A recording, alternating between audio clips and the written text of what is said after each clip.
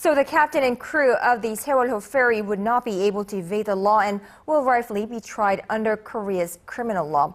But what about international maritime law? What's the global standard in terms of duty on the captain and crew's part, and what kind of punishment would they receive? We have a legal expert live on the line, Dr. Hwang Joung-wook, a U.S. lawyer and professor of law at Hankuk University of Foreign Studies. Dr. Hwang, thank you so much for joining us. Now, first of all, what does the international maritime law say about the responsibility and the duty of the captain and crew in time of its ship capsize? There are a couple of factors. Good afternoon, Ms. Moon. This terrible tragedy. There are a couple of things from the international law that is applicable. One is that the customary international law has something called the principles of prudent seamanship, which means that captains are supposed to care for the safety of crew and passengers. In this case, it's kind of hard to see how Captain Lee actually acted to care for the safety of his passengers. On the other hand, Korea is also a signatory of an international treaty called the Safety of Life at Sea. And under that treaty, the Sewol-ho was supposed to have an emergency plan, which the captain should have implemented. And again, given the facts that have come out so far, it's quite hard to see how the captain really fulfilled his duty.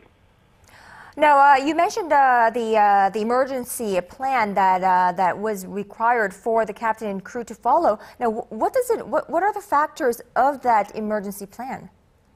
That's where the Korean maritime law will actually kick in. The Korean maritime law has various safety guidelines, and we actually haven't seen from the news reports what kind of the emergency plan that Sewol-ho had specifically, but they were supposed to have one, and they were supposed to follow that plan, but, based on various reports, it seems that the captain and the crew followed no such guidelines. No, I think it's been internationally, globally consensus, or it's a consensus that the captain needed to have stayed with the ship until all passengers he saw were rescued, but obviously he didn't. He was one of the first ones to be rescued off that boat. Now, how would the captain and the crew be held responsible, or what kind of a punishment would they receive according to international maritime law?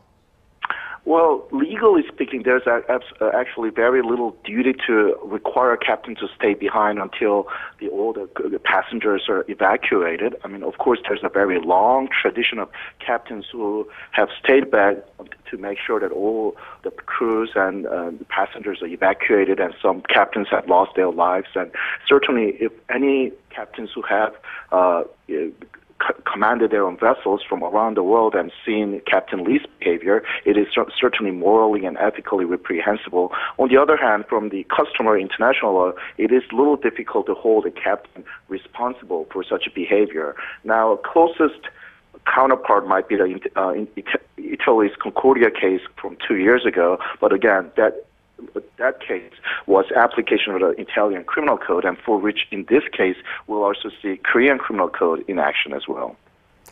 Right. So, are you saying that the captain and the crew of the Sewol-ho ferry will be tried based on the Korean maritime law as well as the international maritime law?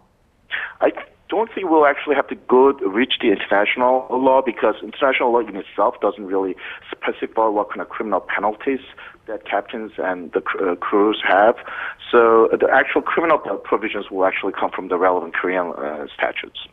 All right, Dr. Hwang Joung-wook, U.S. lawyer and professor of law at Hankuk University of Foreign Studies, thank you for speaking with us today. Thank you.